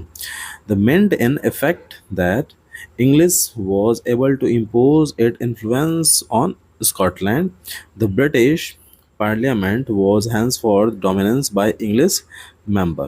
और यही बात होती है कि स्कॉटलैंड और इंग्लैंड अब साथ में मिलकर काम करते हैं, और धीरे धीरे उससे जुड़े हुए बाकी सारे छोटे छोटे स्टेट भी अब ब्रिटेन में आके जुड़ना शुरू कर देते हैं। इसीलिए इसे कहा गया स्ट्रेंज केस ऑफ ब्रिटेन, क्योंकि सारे लोगों ने इंग्लैंड का डोमिनेंस एक्सेप्ट करना शुरू कर दिया था। चलो आगे देखते हैं। अब यहाँ पर देखो, the growth of British identity meant the Scotland distinctive culture and political institution were systematically suppressed, ठीक है। अब वहाँ पर बात करते हैं ना कि हम आयरलैंड की बात करते हैं, तो कुछ लोग कैथोलिक होते हैं, ठीक है, यानी कि बात वहाँ पर हो रही है Catholic clans and inhabitant Scottish highland suffer terrible repression whenever they attempt the assert their independence। अब बात होती है कैथोलिक्स की स्कॉटलैंड की, तो स्कॉटलैंड में जो भी कैथोलिक्स होते हैं उनको बहुत बुरी तरह से सप्रेस किया जाता है, क्योंकि वहाँ के कैथोलिक ये नहीं चाहते थे कि वो प्रोटेस्टेंट्स जो इंग्लैंड में रहते थे उन्हीं प्रोटेस्टेंट्स के अंदर में रह के काम करें। तो वहाँ के सारे कैथोलिक प्रोटेस्ट करते थे, और प्रोटेस्ट में वो चाहते थे अपना एक नया नेशन बनाना, लेकिन उनको रिप्रेस करके बैठा दिया जाता था। तो यहाँ पर देखो अब आयरलैंड का स्टोरी ये है, पहले ये समझ लेते बच्चों। यहाँ पर देखो स्कॉटलैंड वाला केस है ना, स्कॉटलैंड के केस में वही चीज़ बताई गई है। इसे आप रोक करके आप इस इमेज को अच्छे से लिख सकते हो, ठीक है। लिख करके ये देख लो कि नोट्स आपको कैसे बनाने हैं, तो इसके अकॉर्डिंग आप नोट्स क्लियर कर सकते हो। फिलहाल मैं ये हटा रहा हूँ, ये नोट्स के लिए मैंने यहाँ पर शो किया था। अगला आता है हमारा आयरलैंड वाले पार्ट पे। आयरलैंड सफ़र करता है सिमिलर फेथ, यानी कि आयरलैंड के साथ भी सेम प्रॉब्लम ये था कि वहाँ भी कैथोलिक और प्रोटेस्टेंट दोनों रहते थे, लेकिन जो इंग्लैंड था वो हेल्प करता था प्रोटेस्टेंट को, ठीक है। और प्रोटेस्टेंट्स ने डोमिनेट कर दिया था कैथोलिक कंट्री को, यानी कि उन्होंने ये बोला कि जो भी आयरलैंड में कैथोलिक्स रहते हैं उन पे डोमिनेंस होगा अब प्रोटेस्टेंट्स का, और प्रोटेस्टेंट्स जाके मिल जाते हैं ब्रिटेन से। तो Catholic revolt again British dominance were suppressed after a failed revolt by Wolfe Tone and his United Irishmen 1798। अब यहाँ पर देखो एमसीक्यू वाले क्वेश्चन बनने के चांसेस हैं कि आयरलैंड में जो रिवोल्ट हुआ था उसको लीड कैथोलिक के साइड के रिवोल्ट को किसने लीड किया था, तो वो थे वुल्फ टोन, ठीक है, and his United Irishman. Ireland was forcible incorporated into the United Kingdom in 1801. The new British nation was forced to thwart the propagation of a dominant English culture, है ना, ये कंडीशन यहाँ आता है। और finally उन सारे के सारे कैथोलिक्स को सप्रेस करके बैठा करके, ठीक है, उन्हें दबा करके पूरे के पूरे आयरलैंड को मिला दिया जाता है ब्रिटेन में, और मिला करके एक ग्रेट ब्रिटेन को बनाया जाता है जिसके सिंबल को चूज किया जाता है, the symbol of a new Britain, the British flag union jack, है ना। और साथ ही साथ उसका नेशनल एंथम लिखा जाता है, God save our noble king, है ना, ये उसका नेशनल एंथम हो जाता है। साथ ही साथ उसकी लैंग्वेज चूज की जाती है English, we are actively promoted and the order nation survived only the subordinate pattern in the union। और फाइनली ब्रिटेन का बनना कंप्लीट होता है, ब्रिटेन का यूनिफिकेशन कंप्लीट होता है, जहाँ पर कोई भी ज़्यादा लड़ाई झगड़ा नहीं देखा जाता है, इसीलिए बोला जाता है इसे स्ट्रेंज केस ऑफ ब्रिटेन। तो फाइनली जो यूके का यूनिफिकेशन था वो यहाँ पर कंप्लीट होता है ना। तो इससे बनने वाले जो एमसीक्यू क्वेश्चंस होंगे वो ये वाला हो जाएगा। अब एक बार आप लोग ये देख लो आयरलैंड वाला कहानी, है ना। तो आयरलैंड के साथ स्टोरी यही थी कि आयरलैंड में भी दो ग्रुप्स यहाँ पर रहते थे, उन दोनों ग्रुप्स का नाम था, यहाँ पर देखो,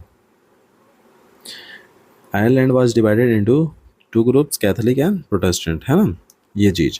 तो इसको लिख करके बच्चों नोट्स में उतार लो, ये आपके नोट्स के लिए है। और आई होप यहाँ तक ये चैप्टर पूरा का पूरा कंप्लीट है। अब आगे बढ़ते हैं हम लोग सीधा अगले वाले टॉपिक पे, जो कि है विजुअलाइजिंग द नेशन।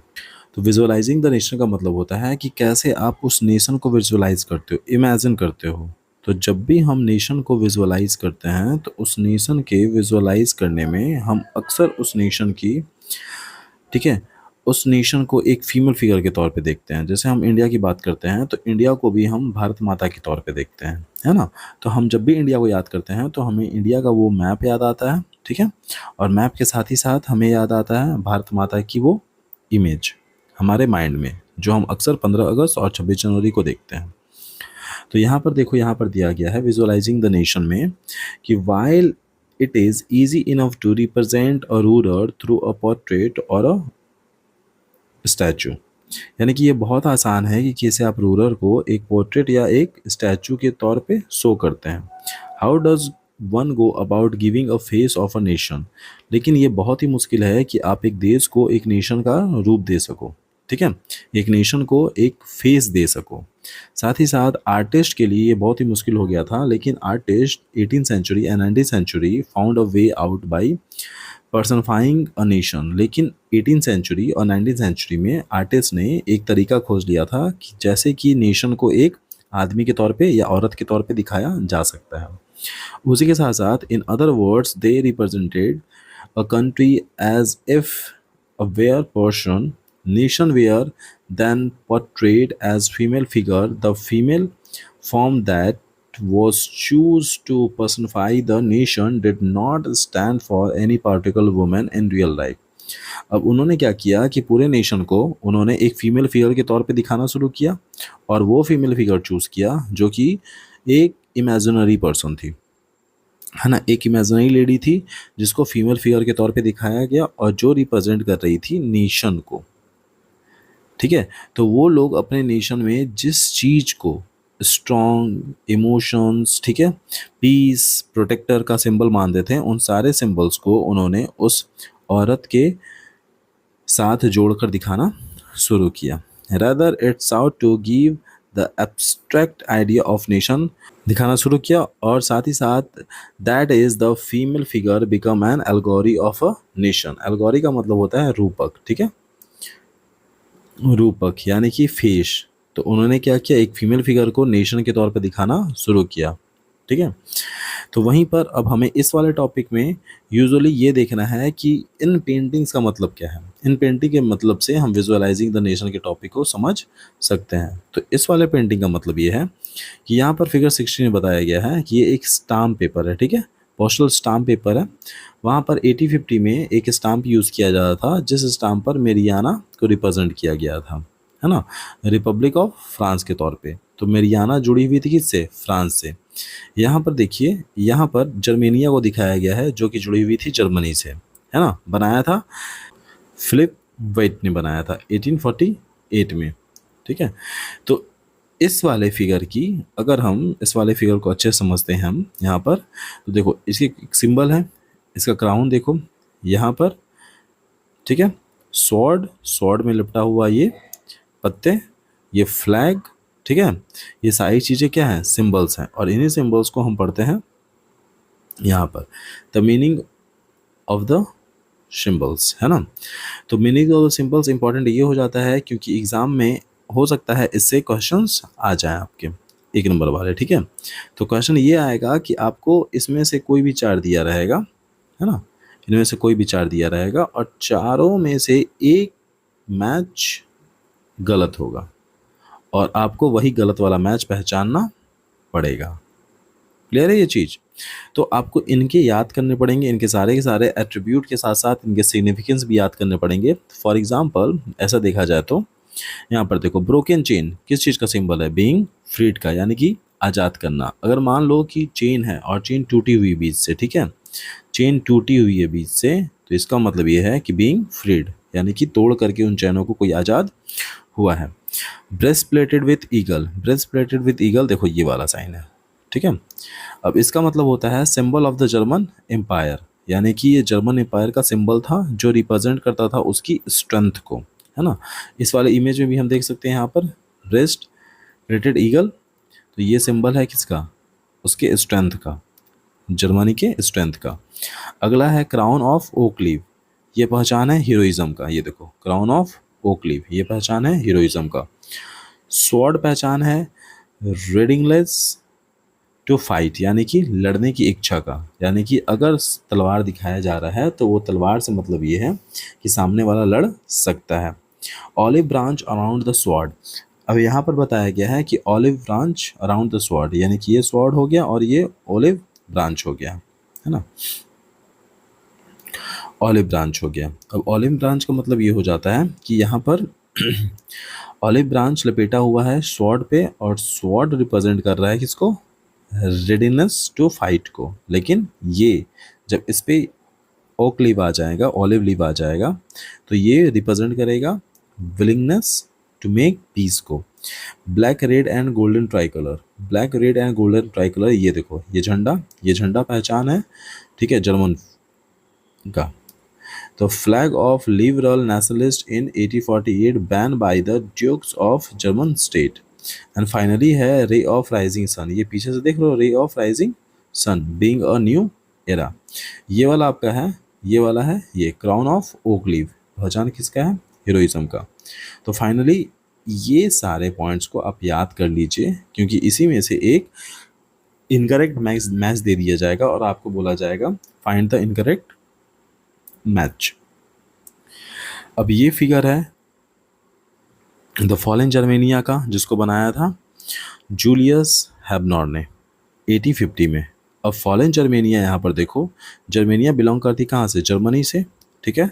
और यहाँ पर क्राउन या मोनार्की के सिंबल्स हैं जो कि फेंके गए हैं, और यहाँ पर लाशें हैं, है ना, इसके एक स्कल है। इसका मतलब ये है कि जर्मनी अब हार चुकी है, वो गिर चुकी है, ठीक है, जर्मनी को बचाते बचाते। और ये बनाया गया था कब, देखो 1850 में है ना, और रिवॉल्ट हुआ था 1848 के रिवॉल्ट को पूरा सप्रेस कर दिया गया था, याद है वो मूवमेंट जिसमें सप्रेस कर दिया जाता है पूरे के पूरे रिवॉल्ट को। और फाइनली जूलियस हैबनर ने ये इमेज बनाई थी कि जर्मनी अब हार चुकी है, मोनार्की जीत चुकी है ना, ये कंडीशन है। अब ये देखो, ये अगेन जर्मेनिया की इमेज है, प्रोटेक्टर ऑफ राइन रिवर, है ना, ये देखो the Germania guiding of the Ryan river. तो यहाँ पर ये आपको ये रिवर दिख रहा होगा बच्चों, एक मिनट, यहाँ पर ये आपको रिवर दिख रहा होगा और वो इसे प्रोटेक्ट कर रही है।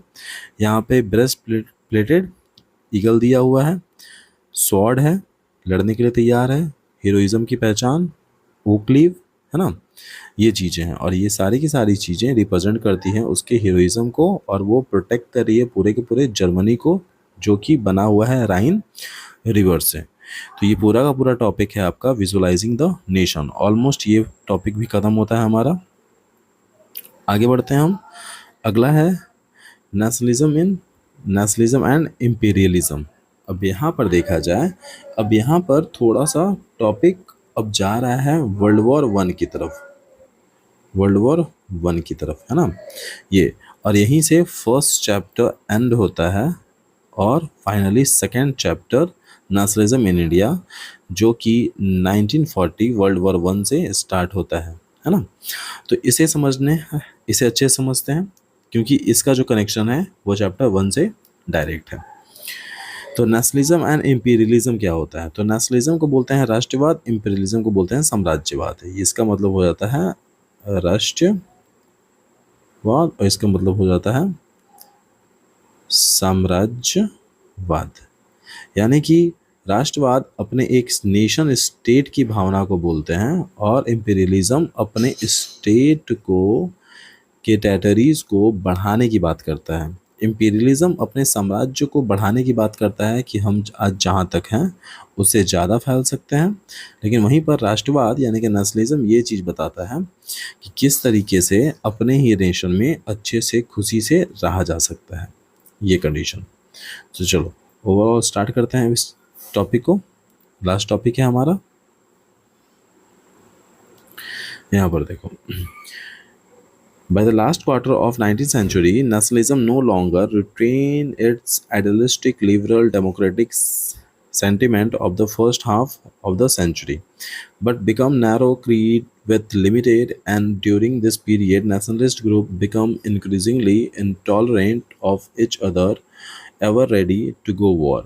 The major European power turn manipulated the nationalist aspiration of the subject people in Europe further their own imperialist aim। अब यहाँ पर सारे के सारे स्टेट की बात करते हैं। जैसे कि हम बात करते हैं फ्रांस की, बन चुका था जर्मनी, बन चुका था इटली, बन चुका था ऑस्ट्रिया, बन चुका था, है ना, पर्सिया हो चुका था, और रसिया। यानी कि ये सारे के सारे अब स्ट्रांग थे, और साथ ही साथ ब्रिटेन, अब ये बन चुके थे और ये तैयारी में थे कि कौन अपने टेरिटरी को ज़्यादा एक्सपेंड कर सकता है। अब एक्सपेंड करने के लिए दो ही तरीके होंगे, या तो बगल वाले देश से लड़ाई लड़के उसकी एरिया अपने में हथिया लो, है ना, या तो दोनों आपस में मर्ज हो जाओ। यही तरीका था, और इसी को बोलते हैं इम्पीरियलिज्म। तो यहाँ पर अगर हम बात करते हैं बाल्कन एरियाज़ की, यहाँ देखो, The most serious source of nationalist tension in Europe 1871 was the area called Balkans, है ना। The Balkan was region of geographical and ethnic variation comprising modern day Romania, Bulgaria, Albania, Greece, Macedonia, Croatia, Bosnia और हर्जोवेनिया, ठीक है, Slovenia, Serbia और Montenegro ना। और ये सारे के सारे जो एरियाज थे, एक मिनट, तो ये सारे जगह के लोग whose inhabitants were broadly known as Slav, यानी कि ये सारे, अब ये जो भी बाल्कन एरियाज के लोग थे, इन सारी जगह के लोग थे, इन्हें स्लाव बोला जाता था। तो क्वेश्चन आएगा हु आर स्लाव्स, है ना, हु आर स्लाव्स, ठीक है। तो इसका सीधा आंसर आ जाएगा ये लोग, जो लोग बाल्कन एरियाज़ में रहते थे, बाल्कन रीजन्स में रहते थे, उन्हें स्लाव बोला जाता था। तो इसमें से कुछ कंट्रीज़ के नाम आप लिख करके, ठीक है, इस सेक्टर डाल देना, और they are called Slavs. A large part of Balkans was under the control of Ottoman Empire, यानी कि इनमें से बहुत बड़ा पार्ट बाल्कन का वो किसके कंट्रोल में था? ऑटोमन एम्पायर के कंट्रोल में था, है ना। The spread of idea of romantic nationalism in Balkan together with the disintegration of the Ottoman Empire made reason of explosive, ठीक है। तो यहाँ पर ये बात की जा रही है कि इन बाल्कन एरियाज़ में, ठीक है, सबसे ज़्यादा टेंशन इस बात के लिए था क्योंकि इसका अधिकतर हिस्सा ऑटोमन एम्पायर में आता था और ये लोग ऑटोमन एम्पायर से अलग होना चाहते थे। एंड फाइनली यही एक दूसरे का, ठीक है, एक दूसरे के बीच में जो खींचातानी थी, है ना, एक दूसरे से अलग होने की जो इनकी डिटर्मिनेशन थी, वही चीज़ फाइनली टेरिटरीज को एक्सपेंड करने के आगे बढ़ाता है। और तब जा कर के ये पूरा का पूरा, ठीक है, सिनेरियो ख़त्म होता है हमारे वर्ल्ड वॉर पे, फर्स्ट वर्ल्ड वॉर पे। ठीक, तो इस पूरे पैराग्राफ का निचोड़ यही है कि इन दोनों वर्ड्स को आप समझ जाओ। इन दोनों वर्ड्स में आता है नेशनलिज्म और इम्पीरियलिज्म, है ना। तो अगर इन दोनों वर्ड को आप समझ चुके हो, जो कि वीडियो की स्टार्टिंग में ही मैंने समझा दिया था, है ना, तो आगे यहाँ पर समझते हैं इस लास्ट वाले पैरा को और फाइनली इस चैप्टर को एंड करते हैं। एज द डिफरेंट स्लाविक, ठीक है, nationalities struggle to define their identity and independence, the Balkan area became the area of intense conflict. The Balkan states were fiercely jealous of each other and each hoped to gain more territory and expense of the other। जैसे कि मैंने आपको अभी बताया है ना कि ये सारे के सारे एरियाज अपनी टेरिटरी को एक्सपेंड करना चाहते थे और एक्सपेंड करने के चक्कर में एक दूसरे से लड़ाई करना शुरू करते हैं। Matters were further complicated because the Balkan also became the sense of big power rivalry. During the period, there was intense rivalry among the European power over trade and colony as well as naval and military might। और इन्हीं को देखते हुए अब European power कुछ थे, जैसे कि फ्रांस हो गया, रसिया हो गया, अब ये अपने मिलिट्री और नेवल पावर को स्ट्रॉन्ग करना चाहते थे और ये भी लड़ाई में कूद पड़ते हैं। This rivalry were very evident in the way of Balkan problem unfolded। Each power Russia, Germany, England, Austro Hungary, ठीक है, और ये सारे मिल करके अपनी टेरिटरी को भी एक्सपेंड करने के चक्कर में वॉर में कूदना स्टार्ट करते हैं। Was need to countering the hold of other power over Balkan and extending its own control over the area, that led to series of war, reason and finally the first world war, है ना। तो यहाँ पर यही बताया गया है कि फाइनली ये सारे मूवमेंट्स आकर एक ख़त्म हो जाते हैं फर्स्ट वर्ल्ड वॉर पे और तब जा कर के स्टार्ट होता है पहला वर्ल्ड वॉर, जो कि होता है 1940 से लेकर के 1980 के बीच में। तो ओवरऑल ये पूरा का पूरा चैप्टर ख़त्म है ना। तो आई होप कि आपको ये पूरा चैप्टर समझ में आया होगा। एक दूसरी वीडियो में मैं इस चैप्टर 1 के जितने भी इमेजेस हैं उसका डिटेल एक्सप्लेनेशन लेकर के आऊँगा। तो आई होप ये पूरा चैप्टर आपको समझ में आया हो। ठीक है, चलो।